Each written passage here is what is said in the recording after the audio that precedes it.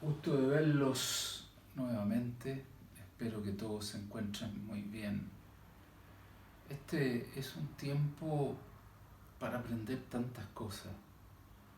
Yo creo que los aprendizajes que hemos tenido todos en este tiempo son realmente profundos y probablemente van a quedar instalados por mucho tiempo en nosotros.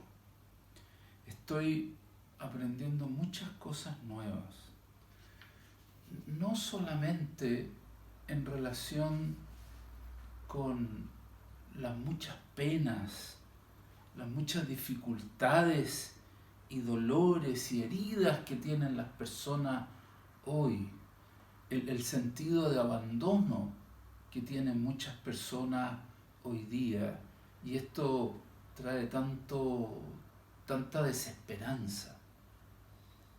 Pero también, tal vez, lo que más aprendo en este tiempo es que a pesar de todas estas circunstancias difíciles, veo la cantidad de dones impresionantes que tiene la gente, los talentos que tiene la gente para enfrentar las situaciones más complejas. Me doy cuenta que en la caminata de Jesús supo constatar en las personas eso. Él, a pesar de los dolores, acompañando a tantos abandonados, él lograba ver y sacar los mejores dones y talentos de las personas a pesar de las circunstancias. En muchas de estas conversaciones que uno tiene, aparecen los verdaderos maestros de la esperanza, los verdaderos maestros de la esperanza, de la alegría y la paz. Y si ustedes se dan cuenta, estas cosas no las aprende uno en la academia. Y yo diría y me atrevo a decir, menos en la teología muchas veces. Esa teología que a veces está tan fuera de la realidad de lo que viven los seres humanos y de la comprensión que tiene la gente. Todos conocen y hemos leído que una de las grandes tentaciones de Jesús fue la tentación del poder. Me parece que este es un tema que nos trae mucho a la contingencia de hoy. Hemos visto cómo la tentación del poder a muchos no les permite ver la realidad de las personas, tan obnubilados por esta lucha desenfrenada de las posiciones y del poder, que no logran ver las necesidades de las personas. Y Jesús fue tentado en esa frase que todos escuchamos y que le preguntan a Jesús, le pregunta un personaje que aparece en medio de la escena. Ustedes verán y sacarán sus conclusiones quién es este personaje, pero no tiene ninguna importancia. La importancia que tiene es lo que este personaje le pregunta y lo que responde Jesús. Dice: te daré todos los reinos de este mundo y su esplendor si postrado me adorara. ¿Cuántos hoy día se han postrado y han hecho cualquier cosa para obtener el poder? Parece que no hay cosa más seductora en la vida y en la historia de la humanidad que la búsqueda del poder. Cuando me hago la pregunta, ¿qué es lo que ha hecho que muchas personas abandonen las iglesias? Y yo, junto con agregar las iglesias, le agrego la política, que es tan contingente al tiempo de hoy. Y veo que en la mayoría de las personas, lo primero que se le viene a la mente es que están cansados de ver en sus líderes, en sus dirigentes, esta búsqueda del poder por hacerse el poder para beneficio personal. una de las mayores ironías de la historia de la cristiandad y tal vez en la historia de muchas religiones es que muchos líderes, yo creo un porcentaje demasiado importante, caen en la tentación del poder, en este poder político, poder militar, económico, moral o espiritual. Y sin embargo, muchos se siguen refiriendo a Jesús y muchos presidentes, mucha gente habla de cuando termina su discurso, que Dios los bendiga, o se abre esta sesión en el nombre de Dios. Se usa mucho el nombre de Dios, pero a veces usar el nombre de Dios no tiene que ver con la coherencia con lo que se vive. Y aquí está la pauta una vez más de alguien, de esta personalidad tan transformadora que han impactado tanto la sociedad y la historia de la humanidad.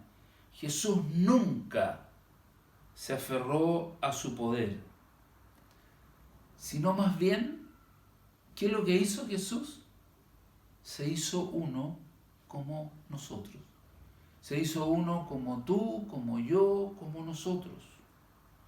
Nunca usó su extraordinaria lucidez y sensibilidad para dominar a los otros. Nunca vemos a Jesús ejerciendo dominio sobre los otros. Esa tentación tan fuerte que hay, como la dijo Jefferson en algún día, y dijo, no puedo entender y usó esta frase, esta maldita costumbre que tienen los seres humanos de dominar a los otros. A Jesús, y contrariamente a lo que vemos muchas veces en las religiones o en estos grupos proselitistas, Jesús no tenía como motivo cambiar a los demás. Algunos de ustedes se sorprenderán y dirán, ¿cómo que no? ¿Cómo que Jesús no quería cambiar a los demás? No, yo no veo a Jesús queriendo cambiar a los demás. Más bien veo a Jesús relacionándose con los demás, dialogando con los demás, viendo a los demás, porque en este ver lo que hacía Jesús con las personas es que los inspiraba. El notable vínculo de Jesús con Zaqueo cuando va a comer, y cuando Zaqueo después de esa conversación dice, voy a devolver todo lo que le he sacado de más a las personas. O sea, obviamente que en esa conversación de Jesús con Zaqueo hubo una inspiración muy fuerte. Jesús inspiró a Zaqueo y esa inspiración lo hace a Zaqueo a tomar una conciencia profunda de las injusticias que había cometido, y él solito decide devolver lo que le había quitado a los otros. Qué bonito es eso, porque Jesús inspiraba, veía, y eso hacía que las personas encontraran su dignidad. ¿No te ha pasado alguna vez que sientes que pierdes tu dignidad? ¿Que sientes que pierdes tu esencia para vivir? Bueno, eso es lo que hace Jesús con nosotros, y lo que hizo Jesús en todas sus vinculaciones y en sus encuentros con las personas. Los inspiraba. Y cuando alguien te inspira, además te incluye.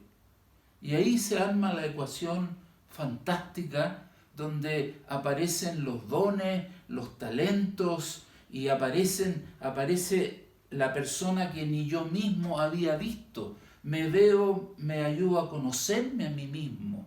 Entonces es tan bonito cuando uno se pone a mirar todos los vínculos que hizo Jesús con las personas, tenían que ver con eso. Jesús era un inspirador. Era una persona que al inspirar incluía. Y cuando uno se siente incluido, se siente querido, se siente amado.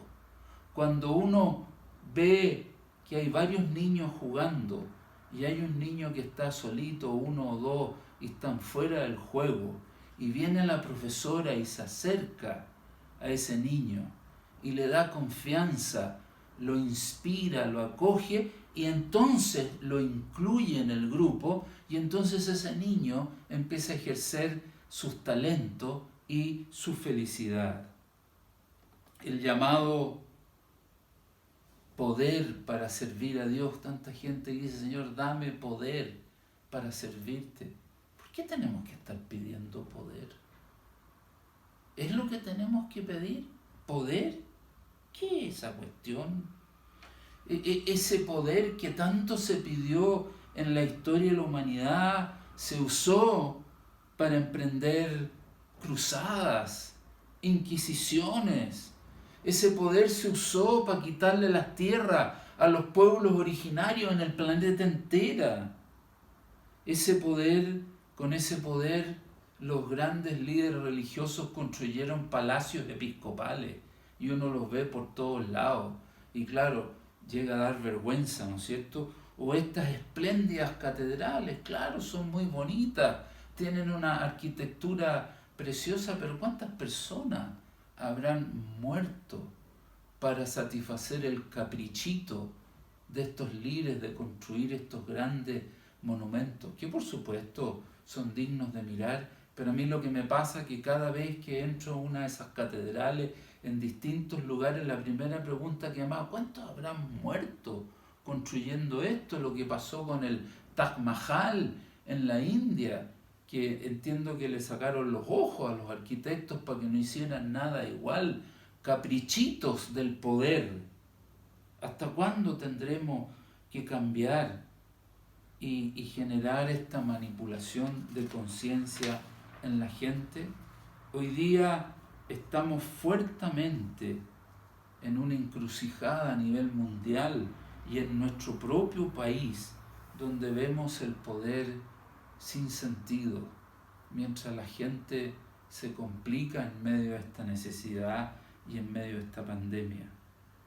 ¿Qué es lo que hace tan irresistible la tentación del poder? ¿Te ha pasado? ¿Has sido tentado con el poder? Yo creo que todos, ¿no es cierto? Todos hemos sido tentados con el poder. O la manoseada frase política que por lo menos a mí me tiene un poco chato cuando uno entrevista a un político y te dice: no, yo estoy para el servicio público. Es verdad, hay algunos, no muchos, que verdaderamente están en el servicio público, pero no son la mayoría. Y a veces yo me he hecho la pregunta: ¿por qué este poder es tan seductor? ¿Por qué este poder tiene tanta seducción? Más que el dinero.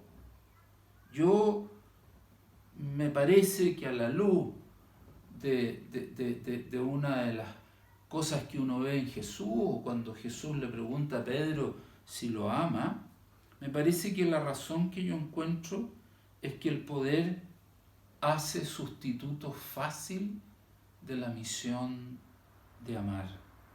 Parece más fácil ser Dios que amar. Más fácil dominar a las personas que amarlas. ¿Cuánto reclamo hay de muchas mujeres que se sienten dominadas por este machismo brutal, cuando realmente lo que la mujer quisiera es que la amaran, más que la dominaran?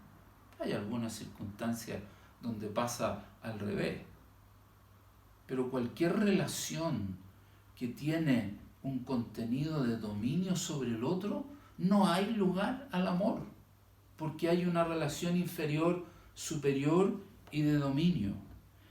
Más fácil es poseer la vida que amarla.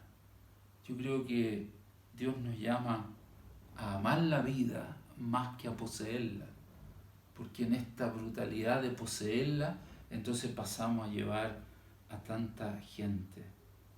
Jesús nos hace esta pregunta, se la hizo a Pedro 3 veces, y Pedro incluso como que se choreó cuando le preguntó 3 veces, y Jesús le decía, ¿me amas? Y fíjense el texto de la lectura de hoy. Jesús nos pregunta, ¿me amas? ¿Y qué contestamos nosotros? Lo mismo que contestaron los discípulos en la lectura de hoy en Mateo 20, 21. Pero es que es impresionante esta cuestión. Y le dicen, ¿podemos sentarnos a tu derecha o a tu izquierda? ¿Se dan cuenta la locura?